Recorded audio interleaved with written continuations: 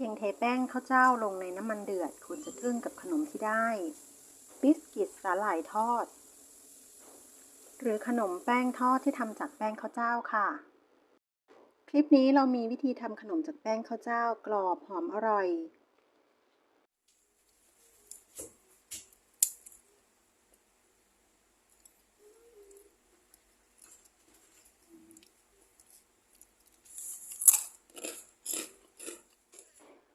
น้ำ2 แก้ว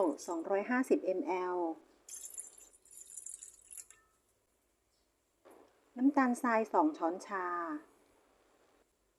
เกลือครึ่งช้อนชาน้ำมันรำข้าว30 ml คนให้ส่วนผสมทุกอย่างละลายและรอจนน้ำเดือดเมื่อน้ำเดือดแล้วใส่แป้งข้าวเจ้าลงไป2 ถ้วยตวงประมาณ300 กรัมคนให้แป้งดูดซึมน้ำไปเรื่อยๆจนน้ำแห้งและแป้งเริ่มสุกคนให้เนื้อเนียนแป้งสุกทั่วกันจากนั้นพักไว้ให้เย็นนำมานวดต่อด้วยมือน้ำมันรำข้าวหรือเนยละลาย20 ml เทลงบนแป้ง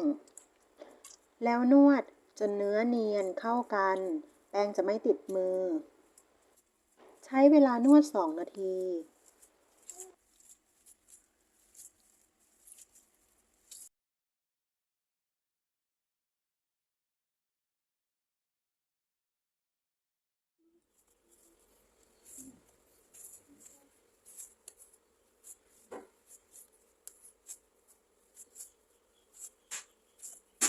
ใช้มือกดและคลึงแป้งออกให้เป็นแผ่นกลม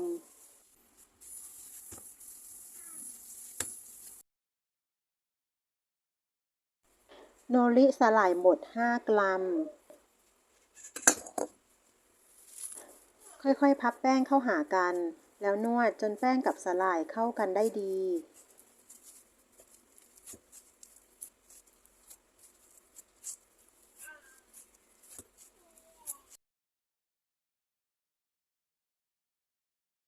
ปั้นแป้งให้เป็นท่อนยาว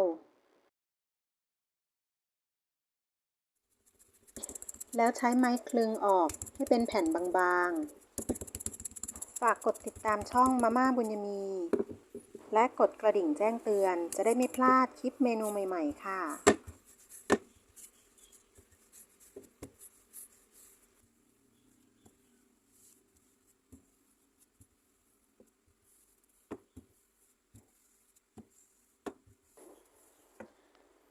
จากนั้นใช้มีดตัดให้เป็นชิ้นสี่เหลี่ยมเท่าๆกัน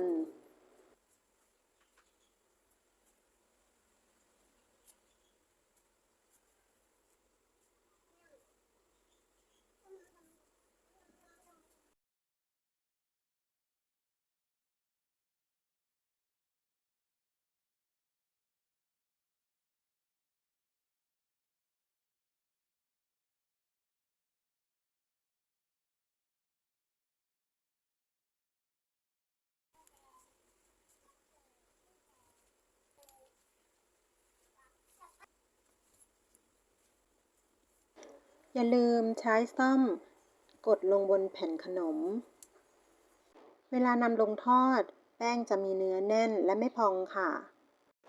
ใช้น้ำมันรำข้าวตั้งไฟกลางเมื่อน้ำมันร้อนนำแป้งลงไปทอด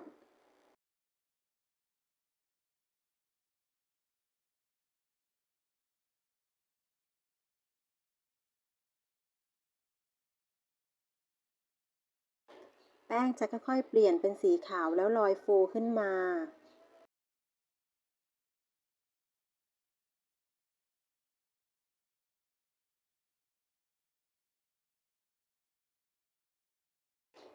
หมั่นคนอยู่เสมอเพื่อให้มีสีสวยเท่าๆกัน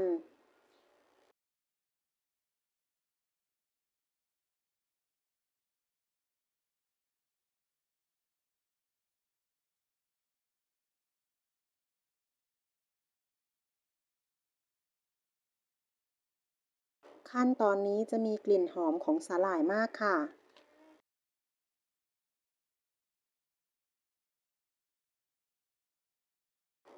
เมื่อแป้งเริ่มสุกน้ำมันจะเดือดน้อยลง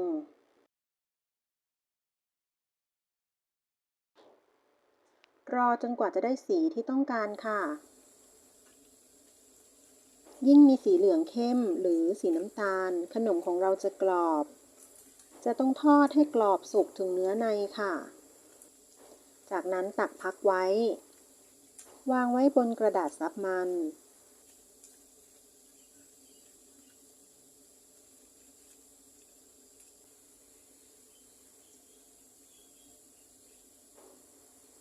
มาดูแป้งที่ไม่ได้ใช้ซ่อมจิ้มกันค่ะ แป้งจะพองขึ้นมาแบบนี้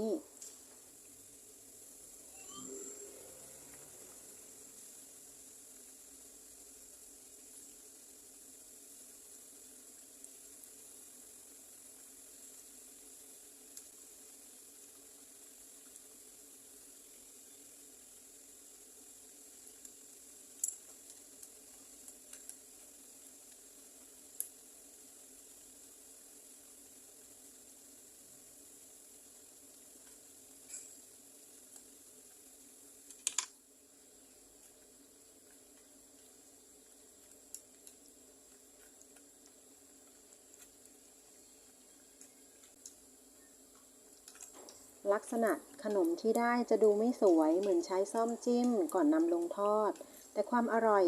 กรอบจะเหมือนกันค่ะ สูตรนี้กรอบนานตลอดชีพเลยค่ะ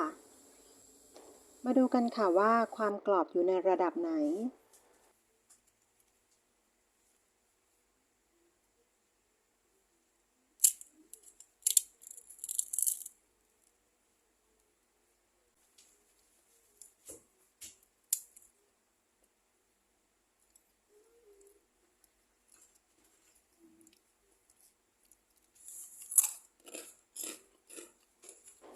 อร่อยจนอยากทำให้ทุกคนชิม กลิ่นหอมของสาหร่ายและความหวานมันของแป้งเข้ากันได้ดีมากค่ะ